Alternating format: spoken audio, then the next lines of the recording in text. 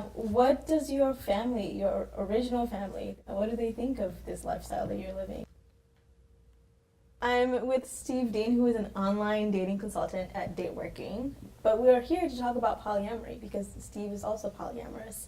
Steve, thank you so much for coming to the J School today. How are you doing? I'm pretty good.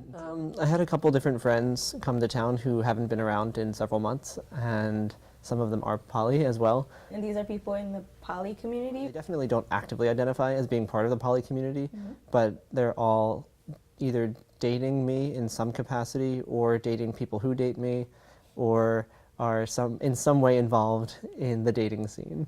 So what is polyamory? So I like to differentiate it from traditional just non-monogamy.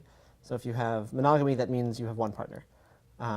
Whether it be one romantic, one sexual partner, it's just like there's one and you're not seeking others.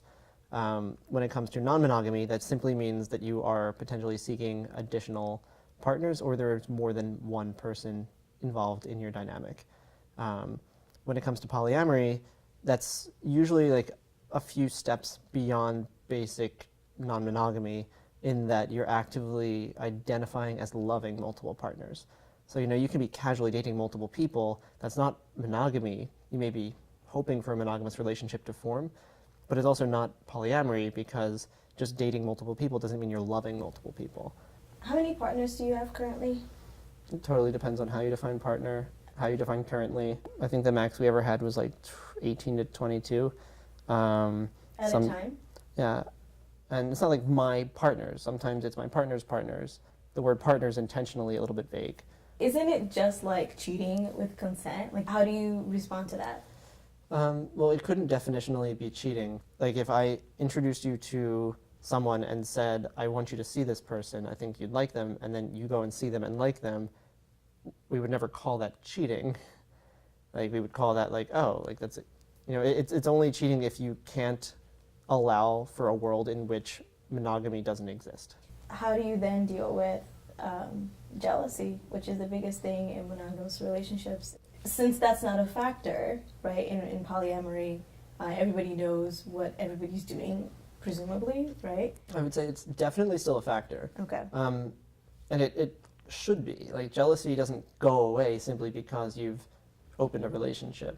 The preliminary layer that would trigger the jealousy of, like, this person's doing something outside the relationship with another person who they might be interested in, that goes away. So, like, if you are deciding for yourself that this person's, like, so important to you that you want to see them, like, I would love to understand, like, what is going through your mind? What's your world look like? How do you view this person? What parts of yourself are being reflected back in that person that allows for you to feel so excited? And so then I tap into that excitement that my partner's feeling. In your life, are you planning on having children? I'm personally not very interested in having children. Do you know people who try to figure that out? Yeah, I've met plenty of different poly families. There's a lot of different configurations for it. It just makes it really easy to raise kids when you have, like, if both the husband and wife, whoever the legal spouses are busy, one of their partners can come in and say, like, I'll take care of the kids today. There's just so much love. It's the thing where, like, it's not like love is finite, where if you take on an additional partner, suddenly you have to give them half of the total love that was available. I've never seen it operate that way. It's so much more frequently the case that when you bring in an additional partner, you gain a new lens for how to love.